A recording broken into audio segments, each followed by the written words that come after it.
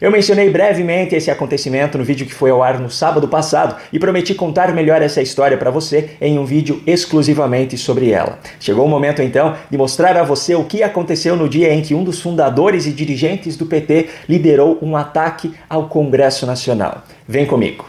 O ano era 2006, o último ano do primeiro mandato de Luiz Inácio Lula da Silva como presidente da República. Naquele ano, Lula disputaria a reeleição e teria mais uma vez como principal adversário um candidato do PSDB, mas não José Serra, como havia acontecido em 2002. Dessa vez, o candidato do partido seria Geraldo Alckmin, governador de São Paulo, que ocupava o cargo desde 2001, após o falecimento de Mário Covas, continuou em 2002 após ter sido eleito e permaneceu no cargo até o final de março de 2006, quando precisou deixar o governo do estado para disputar a presidência da República. Sim, é o mesmo Geraldo Alckmin que hoje é vice de Lula. Menos de 4 meses antes da data marcada para o primeiro turno das eleições e exatamente 3 dias antes do início da Copa do Mundo de 2006, um protesto em Brasília marcou o dia 6 de junho. Nesse mesmo dia, inclusive, aconteceu um outro fato não relacionado ao caso, mas muito curioso. Na cidade de Bristol, na Inglaterra, nasceu às 6 horas da manhã do dia 6/6 de 2006, um bebê pesando 6 libras e 6 onças, o equivalente a 2,890 kg. Por serem fãs de filme de terror e pela estranha coincidência, os pais decidiram dar ao filho o nome de Damien, personagem diabólico do filme A Profecia, de 1976. Mas isso não tem nada a ver com o protesto lá em Brasília, pelo menos até onde eu sei. Enfim, no dia 6/6 de 2006, o movimento de libertação do Sem Terra, o MLST, liderado por Bruno Maranhão, um dos fundadores do PT e membro do Diretório Nacional do partido. Maranhão hoje é secretário nacional de movimentos populares do PT. Invadiu e depredou a Câmara dos Deputados. Bruno Maranhão é o principal nome do MLST. Ele é de uma família de usineiros de Pernambuco e militante histórico do PT. Em 85, foi candidato a prefeito do Recife com o apoio do então dirigente partidário Luiz Inácio Lula da Silva. Segundo Bruno Maranhão, era uma manifestação pacífica, mas na hora da entrada o pau comeu. Nós viemos aqui fazer uma manifestação pacífica, com a carta para o presidente pedindo um espaço para ter uma falação aqui com nossos companheiros. E sinceramente, na hora da entrada, o pau comeu. Os integrantes do MLST pegaram um Fiat Uno que estava no estacionamento do anexo 2 para ser sorteado pela Associação dos Funcionários da Câmara entre os servidores e o usaram para depredação, virando o carro várias vezes e o destruindo a pauladas. Os manifestantes chegaram de uma vez, viraram um carro e começaram a atirar paus, cadeira, cones, pedras contra os seguranças. Além de depredar tudo que viram pela frente, os integrantes do MLST atacaram também policiais, seguranças e funcionários da Câmara. Um deles partiu para cima com um cone na mão e bateu na cabeça de um segurança.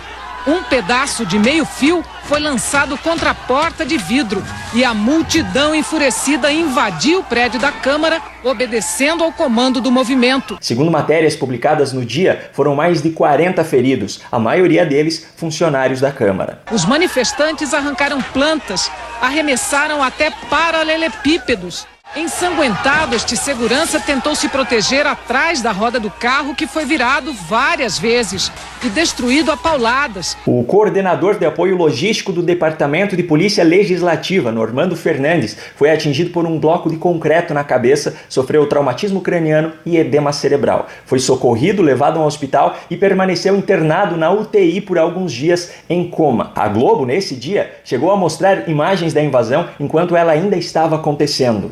Agora há pouco, depois das declarações do presidente da Câmara, os invasores começaram a sair do Congresso.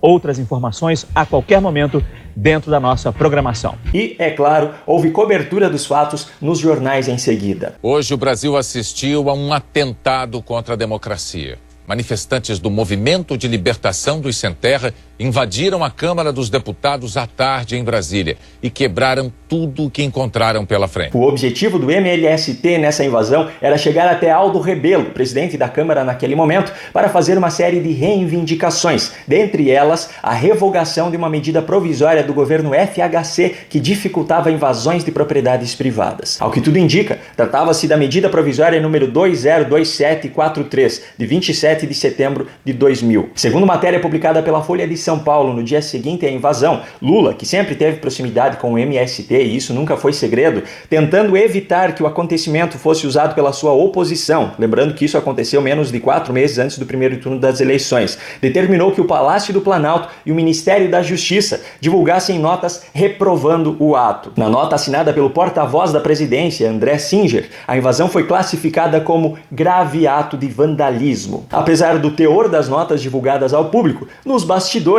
Lula pediu cautela no tratamento com os manifestantes, contrariando inclusive as prisões decretadas por Aldo Rebelo. Mais de 500 pessoas haviam sido detidas, mas dessas, pouco mais de 30 permaneceram presas em flagrante, e ainda por pouco tempo. No dia 1º de janeiro de 2007, na posse de Lula após ter sido reeleito, o líder da invasão, Bruno Maranhão, que era um dos fundadores e dirigentes do PT, já estava livre e era convidado especial para o evento da posse, mostrando que o repúdio de Lula por essa invasão tinha caráter apenas eleitoreiro. Aliás, a punição que Bruno Maranhão recebeu do PT foi quase ser expulso. Quase. Mas não foi. Em 2014, quando Bruno Maranhão faleceu, Lula e Dona Marisa Letícia, esposa de Lula naquele momento, assinaram uma nota de pesar que foi publicada no site oficial de Lula, dizendo que Bruno Maranhão foi um grande companheiro, amigo, militante da esquerda brasileira e um guerreiro da luta pela liberdade e igualdade. Diante disso, é inevitável fazer uma comparação com o que aconteceu em janeiro de 2023. E apesar de óbvio, eu preciso mais uma vez deixar isso claro. Eu repudio qualquer ato de vandalismo, seja ele qual for.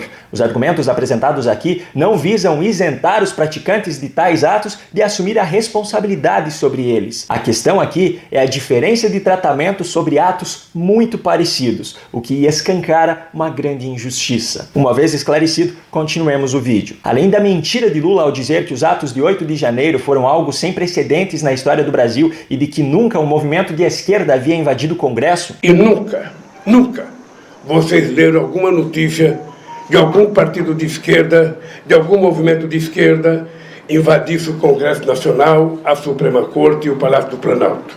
Não tem precedente na história do nosso país. Maranhão hoje é secretário nacional de movimentos populares do PT. Ainda há a hipocrisia na diferença de tratamento em relação a esses fatos. Em 2006, o governo Lula classificou o episódio como grave ato de vandalismo. Em 2023, os envolvidos nos atos são chamados de fascistas, terroristas, golpistas e criminosos. E essa incoerência não é apenas por parte do governo. A grande mídia também tem tratado dessa forma. A Globo, que lá em 2006, em um ato que levou uma pessoa a passar dias em coma na UTI de um hospital, usava termos como invasão, depredação, vandalismo e etc. Manifestantes do Movimento de Libertação dos Sem Terra invadiram a Câmara dos Deputados à tarde em Brasília. Hoje, ao falar sobre o 8 de janeiro, não se cansa de usar a expressão terrorismo. O ministro afirmou que Ibanez teve uma conduta dolosamente omissiva frente aos atos terroristas de ontem em Brasília.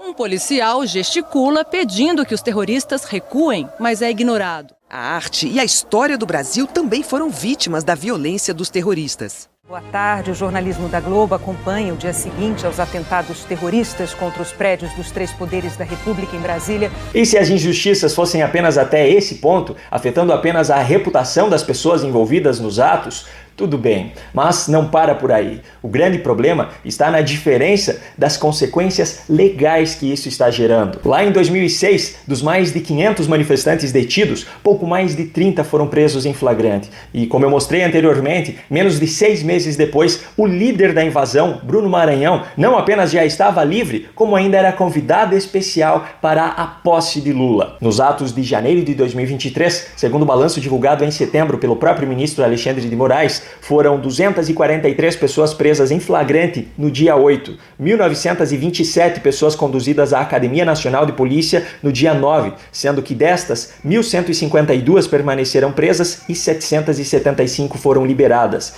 Entre os dias 11 e 17 de janeiro, foram realizadas 1.397 audiências de custódia. Destas, 459 pessoas receberam liberdade provisória e 938 flagrantes foram convertidos em prisão preventiva.